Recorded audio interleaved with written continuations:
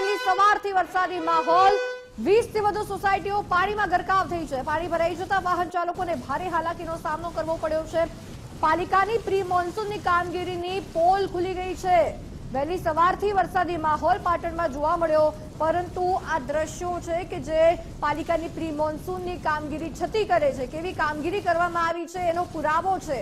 કારણ કે હજી તો વહેલી સવારથી વરસાદી માહોલ જામ્યો, વરસાદ પડ્યો, વચ્ચે ક્યાંક વિરામ લીધો છે। 20 થી વધુ સોસાયટીઓ આખી પાણીમાં ગરકાવ થઈ ગઈ છે। કલ્પના કરો કે ખબર છે કે દર વર્ષે આ પરિસ્થિતિ રહે છે, છતાં પણ એવી કામગીરી નથી કરવામાં આવતી કે આ સમસ્યાનું નિરાકરણ આવે। લોકોનો શું વાંક કે એ લોકોને આવી સમસ્યાનો સામનો કરવો પડે। આ તમે દ્રશ્યો જો, આ સ્થાનિકો પોતે જાતે મહેનત કરી રહ્યા છે। ગુજરાત તરબોળ થઈ ગયું છે।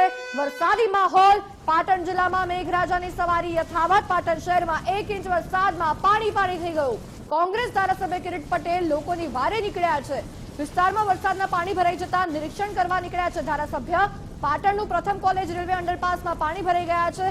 કિરીટ પટેલ સહિત પાલિકા ચીફ ઓફિસર પણ સ્થળ પર છે, નિરીક્ષણ કરી રહ્યા છે। રેલવે અંડરપાસમાં પાણી ભરાઈ જતા વિદ્યાર્થીઓને હાલાકી થઈ રહી છે। એક્સક્લુઝિવ દ્રશ્યો ગુજરાત ફર્સ્ટ આપને બતાવી રહ્યું છે।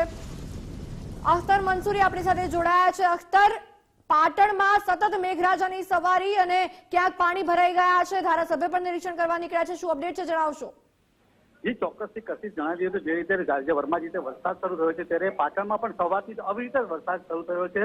ત્યારે જોવા જઈએ તો જે પારેવા સર્કલ છે ત્યાં આગળ પાણી ભરાતા જ ત્યાંના જે વિદ્યાર્થીઓ જે છે જે સ્કૂલે જતા હતા તેમને સારી મુશ્કેલીનો સામનો કરવો પડ્યો હતો।